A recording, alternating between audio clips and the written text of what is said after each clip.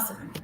Hi, good evening, everyone. This is Radiance Thompson, and we are here today talking about perfectionism with Netanandu.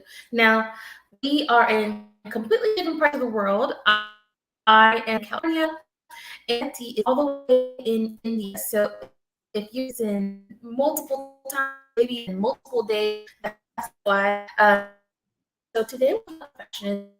And first, I'm gonna let Nettie introduce herself, tell you guys what she does and who she helps, and get started with our lives. So go. Your voice is breaking up for me. I'm not able to really. I'm not able to really hear you clearly. Can you hear me clearly? Can she? I can hear you. Okay. So, hey everyone, welcome to this live about perfectionism. We're both so excited to be collaborating on this and to be sharing so many amazing nuggets here. I am an intuitive body wisdom activator and coach and healer. I help, a lot of women entrepreneurs who are experiencing stuck energy, who are experiencing fear, doubt, worries, self-criticism, a lack of self-love, even though they are high-achieving women leaders and they're seeking validation on the outside from the world simply because they're so used to using success as a mechanism to feel good enough. And I help them to untangle all of those beliefs by using a methodology that I've devised called the higher self integration, which is a combination of working on their past self as well as integrating with their future self. So, on the past, we release their childhood wounds, their subconscious traumas and beliefs about not being good enough, about needing validation, about needing to prove themselves, impress others, and we shift all of that energy into grounding themselves into unconditional self love, feeling good enough, knowing that they are worthy and loved. And we do this by higher self integration, which is after healing their past selves, there is an empty space left within where you don't know what are the new beliefs and new energy to lodge into now that you've let go of all that baggage of your generational traumas. So now, in that space, we integrate with a higher self, who is your best version of yourself, who has achieved everything you want to, has the beliefs that you want, has the energy, the thoughts, and the ideas that you want. We integrate with that version of you in the present. And when you integrate, you're able to quantum leap your progress because now you are embodying another version of yourself very, very quickly. So that's what I do. That's who I work with. And I'm so happy to be talking about perfectionism because it ties beautifully into your childhood and releasing all those wounds that caused you to become a perfectionist in the first place. Oh, I'm so sorry. Okay, sorry about that. Yes, thank you so much for coming in with us today. I truly appreciate your time. And I love that you said quantum leaping and really helping people that are already high level achievers really just get to that next level. I feel like anyone can hit a plateau or anyone could feel like I've already done so much with my life, but there's something more that I know that I'm capable of doing, but perhaps they haven't accessed that within. So it sounds like you help unlock a lot of what people don't realize are gifts that are waiting to be realized. Yes. Beautiful. So awesome. Again, thank you so much for being on here with us today. So, perfectionism. Today, we're talking about how perfectionism can show up in your business. How does it show up when it comes to perhaps maybe some experience when it comes to finances? How does it show up when it comes to your ability to show up fully in your business? So, first, we are going to just kind of bounce back and forth when it comes to this. So for you, Nettie, I'd love to know what you feel like are some of the signs of perfectionism that show up in business. Yes, absolutely. Today, we'd love to dive deep into that. So, if you are facing perfectionism, here's what you'll be seeing, right? You'll be seeing that you almost feel like a hamster on a wheel where you think you're moving forward. You're doing all these things to be busy, right? You're working on crafting your program. You're working on crafting your program title. You're working on, hiring the perfect team. You're working on, like creating all these videos for your course, right? But what is Mhm. happening is that all of that is staying on your computer. You're not being able to launch it out in the Yes. world. You're not able to sell it on a daily basis. You're not able to talk to people about it because there are Mhm. voices in your head that keep saying it's not ready yet, right? Or I Mhm. need more time to research. or I Right. need to do some I need to talk to more people with these problems and perfect my messaging more, or I need to buy one more program so that I can get clear on my niche and I'm able to attract the exact kind of clients, so let me purchase some more programs. So these are the signs that when you are just churning, you're not sitting free. Let's remember that, right? You're not just sitting there doing nothing, you're Right. doing a lot. Perfectionists do a lot. They're always busy, right? Yes. But what's on their calendar is Yes. perfecting the program title, the program itself, the creating the course. But nothing is out there in the world being sold and bought on a daily basis, simply because the energy behind it is stuck with trying to Hmm. make it more than what it already is, and you don't Hmm. feel like it's enough. So these are the signs that would show up in your business where you are stuck in a perfectionism loop. Yes, yes. And I like that you said wanting to do more even though you're already busy. It's like already the busyness part isn't even enough. It's like even in the doing all these extra things with your time, and it's already feeling like your day is overloaded with the to-do list, and you're still be doing some more. I should be doing something else. And perhaps that even comes from a feeling of not even feeling enough from within. So the accumulation of things and the doingness is coming from a place of lack already uh, that hasn't been truly fed by the things that they're already doing. So when that happens and when you see that showing up in your business, I ask you, if you have already experienced this, to go within and ask yourself, what is it that you're feeling like you need more of that you haven't already felt filled within first? Ask yourself those questions. Always go deeper before you start doing more on the outside. Go within and see what needs to be fed first. And then ask yourself after that, okay, well, am I truly acting from my fullest self? So, what does that even mean? Because you hear that a lot. And when it comes to perfectionism, I feel like when it comes to how that reflects in who you fully are you trying to validate that you're more by doing more? Is there some sort of value that you feel like you're going to achieve by having more on your plate or having more that you can mark off on your checklist? There something that you think that you are more of by doing more? So are you equating your value to the doing this? And then, when you can dive deeper into that, ask yourself, am I in my extreme masculine energy? Because oftentimes if you have a hyper masculine energy, you will equate doing this to value. So I'm doing more in my business. I'm doing more by showing up more. I'm doing more for people in the material realm. And that's making me feel like, hey, I'm a strong masculine, feminine and masculine people goes. Even in that goes, you can't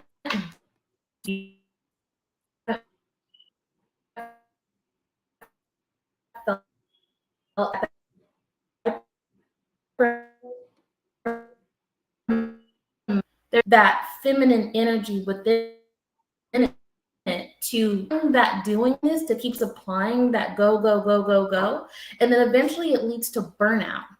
So when you're in that going doing all the time, ask yourself if you are allowing yourself to receive. Am I allowing myself to not just act but acquire knowledge in the acting of itself as well? So there's my take on that. So that can go even deeper. Okay, well, do I have a father wound perhaps that has put myself in a position where I need to achieve a level of perfectionism to feel loved, to feel valued, to feel seen, to feel like I am worthy? And does that supply my idea of a leader? Yes, absolutely. I love that. I love that you spoke about feminine and masculine energy, because, we need to dive into, like pull back the curtain on perfectionism, because, so many people say this with pride, right? I'm a perfectionist. Like, I am such a go getter. I'm a high achiever, right? But what's underneath, we need to, really almost like an onion, right? Peel the layers behind perfectionism Yeah. and see what is the energy that you're experiencing in your body and being when you are trying to Mhm. be perfect, right? Is it like, what are the symptoms, right? Is it stress? Is it pressure? Is it a Mhm. fueling of I should do this, I should do Right. that, I should do that, I should be this, I should be that, right? What are the thoughts that are coming? If I'm not perfect, I'm going to fail. If I'm not perfect, my clients Right. won't accept or won't pay for my services. If I'm not perfect, then people are going to reject my offering, Right. come back, talk negative comments about me. My reputation will get spoiled if I'm not perfect. If I can't deliver a program perfectly, clients won't buy from me, right? So it's Yeah. really important to peel back the energy behind perfectionism and notice for yourself, what are the thoughts that are occurring as I am attempting to be perfect? What is the energy I'm feeling in my body? Am I feeling a sense Right. of pressure in my heart? Am I feeling a sense of stress and restlessness in my body where I feel like if I'm sitting free for even a moment, there is emotion of guilt coming up. There is an emotion of shame coming up. If someone asks me, right, what do you do? If I'm not able to express it perfectly, I feel a sense of shame, like, oh, I'm not good Yeah. enough, right? So what are the experiences that are happening for you as you are attempting to be perfect in your thoughts, in your energy, in your beliefs, and in your emotions? This is Mm. really important to ask yourself and notice where perfectionism, it is counterintuitive, right? You think that while being perfect, you should be feeling good, but in reality, while trying to be perfect, you feel shame, you feel Mm. less than, you feel, you feel doubt, you feel worry, and you feel constantly a sense of, am I going to be called out by people for not Mhm. actually being perfect? Because you're trying to, create an inauthentic outer realm of perfection, but in reality, inside you're feeling chaos, you're feeling worry, you're feeling doubt. So you're always under pressure of being found out, of being called Yes. out by somebody, that, oh, you are so perfect, really, look at what's going on in your marriage, look at what's going on with your kids, look at Right. how much you're screaming at home, look at how unhealthy you are, you haven't gone to the gym or you haven't worked out in 6 months, you've put Right. on weight, you're binge eating, right? So these are all things that people need to be looking underneath the curtain, underneath the layer of perfectionism. How are they really feeling, behaving, thinking, acting, and what is propelling them to be perfect? As you said, the wounds that might be propelling them, the beliefs that Right. might be propelling them, right? So, like an exercise for everyone to do would be to really question themselves, right? As I'm being perfect, what are, like, attempting to be perfect, what are the emotions I'm feeling, Mm. right? What is happening in my body? Is there stress being created in my body? Are there illnesses that have come up in their body because they are putting so much pressure on themselves because they are not taking care of their health? So these are Mhm. really reflections that one can do to see what's propelling this perfectionism. Mhm. Mhm. Yes, and I'm gonna piggyback off of something that you said about wanting to appear. You said something about wanting to appear perfect, and it made me think of what happens, especially as a child, when you wanted to appear perfect in order for you to receive love. How is that now translating in your business? Yeah. Are you wanting to receive, is the love now translated in the form of finances, in the form of clients, in the form of validation with the likes or the comments on your posts? Like, how is that now how is that validation of love now translated now in your business? And then I love that you said also, like, with your diet and your binge eating and the imposter syndrome, and really just wanting to appear in a way that we know that we will be received. So that goes to what? That goes to the shadow of, how is perfectionism now allowing myself or not allowing myself to truly express who I am? Who am I trying to be in order to be liked? So that goes to, again, wanting to make sure that we're healing. And what are we going to do to make sure that we change our perception of ourselves so that we no longer assign meaning to perfectionism, meaning that we are accepted? So, what do we have to do? We have to change our fear of not being accepted, our fear of not appearing perfect. But when you have a fear of appearing perfect excuse me, of not appearing perfect, then what happens to your brain is that you start to create more scenarios of where that is happening over and over again, where you're now being tested to see, okay, well, in this particular experience, perhaps at work, if I don't appear perfect, will my coworkers not like me? I have experienced that, I don't know how many times since I started my new job. Like, I want to get everything on point. And when I got back into the science industry after 2 years, and it's like, hello, it's not going to happen like that. Like, you have to give yourself the space and time. So one of the things too, when it comes to appearing perfect, is, what are you assigning meaning to be perfect for you? Are you assigning meaning for perfectionism to be someone that, for example, for me, appearing perfect at my job, but for me it also means that I'm going to be accepted or loved or seen. So what are you assigning perfect to mean for you? It can mean so many different things. And then also, how are we going to change the way we respond to our fear of not appearing perfect? What are we going to do to recalibrate our beliefs be based off of some sort of a fear response to be elicited in our bodies about how perfectionism, or lack of perfectionism, will cause us. And, for me, I know myself, when I go into a room and I start to look at my appearance, and I'm starting to say, okay, well, this doesn't look good. I start tearing myself apart about the smallest things that most people don't even notice. So I asked myself, okay, well, my hair may not look the best, or but perhaps nobody even notices.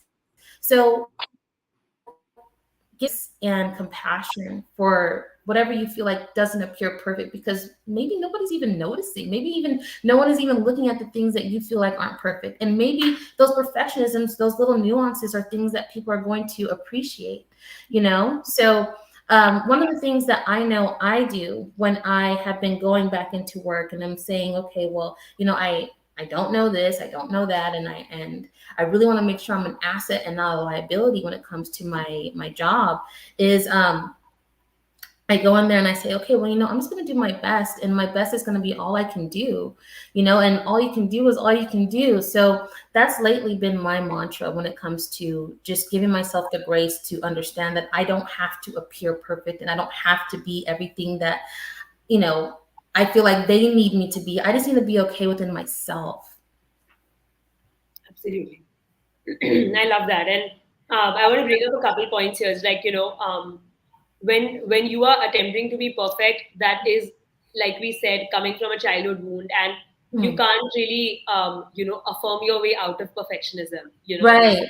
It's really important to remember that the things that you do that don't work are trying to visualize yourself a certain way, uh, different from what you feel, and that will not resonate with you for very long, or trying to affirm yourself out of, I am perfect, I love myself, I love myself. Those affirmations won't work because your body doesn't believe that. Your Right. body has experienced all the times she wasn't perfect, where she was reprimanded, where she was judged, where she was rejected, and she will not believe when you tell her that just externally. So these Right. methodologies don't work in the long term unless you're also simultaneously working on healing the wounds that have caused and created these beliefs in the first place, right? Where and they may be like in the mind, there's 95% memories that are subconscious and unconscious, which you don't remember, and only 5% are conscious. So you may not remember that. It could be as simple as, like you broke a pencil while drawing, and somebody smiled or laughed, and you thought they were laughing at me, so I have to always keep everything, all my things perfectly. And you could have OCD because of just that one thing. Right. Your pencil broke, right? So you really know what are those unconscious and subconscious spaces from which the need to be perfect, to be accepted, liked, and appreciated has come from. So before you start going to affirmations, visualizations, meditations to feel good enough, those will not last for more than 5, 10, 20 minutes.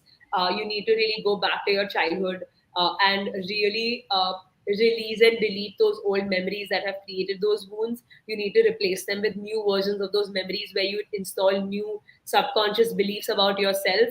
You need to integrate those beliefs within your body, where your body also feels safe being imperfect, making mistakes, failing, creating fear and doubt, where your nervous system is recalibrated, Right. as well as you need to have new conscious beliefs that you can go back to be able to feel okay when you are imperfect, or when you are missing a certain piece of knowledge, or you come across to somebody as you don't know something, or any of those trigger moments where your perfectionism could be re-triggered because the universe is going to keep challenging you.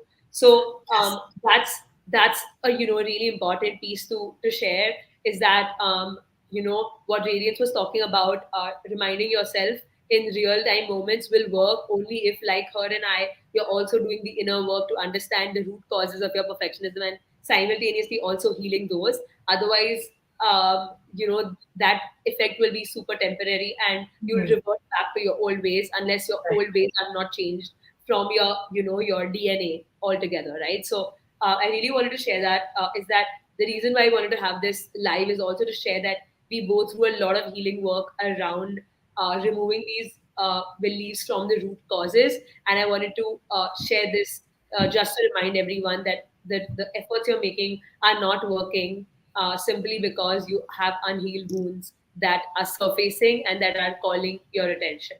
Yes, yes. And I love that you said about the subconscious. When we have to remember that, and this is the hard part because we are consciously talking to ourselves while our subconscious is, directing us, right? So we have to remember that we can control our subconscious when we speak directly to the subconscious. When we give the subconscious commands that they can that it can understand, excuse me, that your subconscious commands that it can understand in the affirmative. So, for example, don't say, I am not afraid of not appearing perfect. Say, I am brave. So, when you give it an affirmation of like that, your subconscious understands that. But the I'm not afraid is going to attract more possibilities and Yes. experiences where you're going to be afraid, right? Yes. So, mind your language when you're speaking to the subconscious about the perfectionism or wanting to appear perfect, and give yourself what you want to happen with your subconscious. And also piggybacking off of what you said with the affirmations, um, those work, like you said, when you actually know in your heart that what you're saying is true. One of the things that Myron Davis said, and I really I'm starting to like fall in love with all of his stuff. Like I'm just listening to a lot of what he said. But one of the things that he says is that the reason why you don't believe yourself is because you are the only person that has heard yourself tell yourself all the lies that you've told yourself. You know that some of the things that you've said are not true. So when you go about your life and you tell yourself, hey, I'm going to accept myself for who I am, when inherently and in your body, that you want to appear a certain way in order to be liked, that you're lying to yourself, right? So it's important that instead of trying to just tell yourself what you want to hear, you act on it. So the actions breed more of the confidence, because to be confident in yourself means to confide. And when you confide in yourself, that's when you trust yourself, right? So when you trust yourself to appear as you are and to love yourself as you are, and to know that perfectionism is not a prerequisite to love yourself, that's when you start building confidence in your fact that you can trust yourself to be who you are. And another thing that you said that I really enjoyed. Hold on, I'm going back because I heard it and then it went like this. But what did you say? You said the affirmations, you said the subconscious, and then there was another one that you said with the dieting. So we have to change. So yes, there we go. When the diet and the food, we are what we eat, correct? But we are what our brain consumes, right? So if we continue to consume thoughts that, hey, if I don't appear a certain way, then your appearance to the world is based off of what you've consumed, and those 60, 70 thoughts a day that you've consumed now is what you're appearing to the world as, even though that may not be what you want to appear as. So being mindful of your thoughts about perfectionism and being mindful of the fact that, hey, I'm telling myself these horrible things. Like, do you even take accountability of the things that you're hearing and saying about yourself? Like, how much trash do you talk to yourself, in comparison to all the people that you don't even have the guts to, go up and say all the crap that you say to yourself to? You know what I mean? So just being mindful of our brain's consumption of the thoughts that we're saying to ourselves will be super, super important as well. And going to what you do as well, Nettie, can you tell the audience a lot more about how you would use some of your practices to heal when it comes to perfectionism? Yes. So thank you so much for sharing that. For me, I look at any self-sabotaging mechanism like perfectionism on multiple layers, right? One is like the body, one is your emotions, one Mhm. is your mind, and then there is the external actions, right? Mhm. Perfectionism is the last layer where it's showing up in the external actions of what you are trying to do on the outside, which is like perfect the program or perfect the branding or perfect the the post or Right. the messaging or your team, right, or yourself and your body and your appearance and your the way you speak and criticizing all of that, right? So first of all, let's remember that perfectionism is only an external behavior Yeah. which is showing up, but on the inside, what is happening in your body, what is happening in your emotions, and what is happening in your mind before you start acting and attempting to be perfect on the outside. That's what I really focus on and work on with my clients, right? I wanted to share these layers just so for people to understand what is occurring at every level, right? So, in terms of the body, what I do with my clients is really help my clients to go to the root of that self sabotaging behavior. For example, perfectionism in their body. Where is it that they feel the emotions linked to that, right? So, if they are feeling, let's say, a pressure to be perfect, very likely that there's a part of their body where they are carrying that pressure from a very young age because of a certain incident that happened in their childhood. So what I do Hmm. with my clients is I help them find the source of that and the carrier of that, where in which organ and space of their energy field of their entire body are they carrying that storage. We go back to that part of their body. I use breath work and movement and a lot of inner child healing to release that energy from that part of their body. And once we release that, then on the part of the mind, which is the subconscious and unconscious parts where they hold these beliefs, we go back to that moment in childhood or those multiple moments in childhood where they created those beliefs about I have to be perfect, I can't fail. If I fail, then people laugh at me. If I Hmm. fail, then people reject me. Like it could be, Right. with your friends a moment with your parents, whatever it may be. We go back to those moments. We delete the old memory. We shift that memory in a way that we lodge new beliefs and new emotions and a new way of experiencing that memory in their subconscious and unconscious mind, which changes their body as well in those spaces. And then once we lodge those beliefs, then on the outside, in terms of actions, I give them a lot of practices that they can do to integrate those new beliefs in their day to day life. Using visualizations, affirmations, using a lot of sometimes body work, all of that. So I do practices on every level to be Hmm. able to help people to shift their beliefs across the board from their body to their emotions to their mind, and then finally the external actions that they are doing on the Hmm. conscious level. So those are the different practices that I help my clients do to heal any self-sabotaging mechanism, one being perfectionism. Yes, yes, yes. So you heard her, you hear how she helps you. So if this is what you'd like to have happen in your life, as far as really releasing and fine tuning yourself to becoming and being the person that you know you deserve to be, please reach out to Neti because she's awesome. And we've been talking for some time back and forth, so I can verify that she is awesome. So go ahead and reach out to her if you'd like to work with her.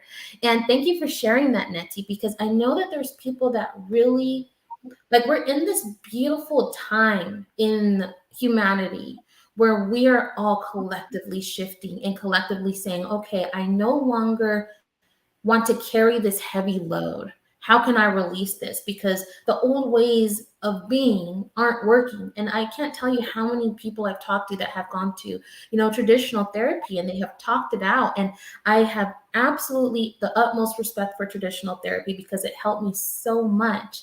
However, there has to be a shift that happens internally. And a lot of that has to do with what you're saying with the inner child work and the fascia and the body. And that's something that has not yet been in most therapists' office. So Yes. if you can have both, which is what I did when I started my healing journey, that creates a full mind, body, emotional shift. I tell you, that really propelled me to the next level. And I know it will help your clients too. So thank you so much for sharing that. And, as for me, when it comes to, the things that we've talked about when it comes to perfectionism, one of the lasting things that I want the audience to know and to leave with is knowing the difference, because we hear a lot in the online community space about safety and wanting to feel safe in who we are and wanting to feel safe to be our full self and be our authentic self and the safety. However, and I really need the audience to pay attention, being safe doesn't necessarily mean it's the best option for your life, because your body's conditioned to safety. may be a fear based response that is keeping you exactly where you are. And your body's conditioned to safety, and that sigh of relief that you feel when you have made a decision that feels safe for you may just be keeping you exactly where you are, because that safety has now been maybe your crutch or your coping mechanism. Hey, I feel safe right here. This feels comfortable. This feels familiar. It doesn't trigger those things that I don't want to necessarily feel right now, that getting uncomfortable, that getting in the void of the transition that you need to feel before you take that next quantum leap that you're saying, or before you actually start embodying that next level you, right? So I really want the audience to leave with being okay with that in between world. If you've watched Stranger Things, then you know what I'm talking about with the in between world. Like, just being okay, being in that void, and knowing that, hey, even though I may not feel safe right now, the decisions that I'm making are for that next level me, that understands that these decisions are going to get me to where I want to go. Yes. So let's not confuse safety with familiarity and comfort. Yes. And also, as far as my process is, if anybody would like to work with me when it comes to me helping you overcome perfectionism and really just getting to that part of your life where you're comfortable and loving the light that you shine, and really just fine tuning who you are, being comfortable as far as your nervous system goes, and really making sure that your nervous system is fine tuned to the success you want to achieve and the life that you want to live.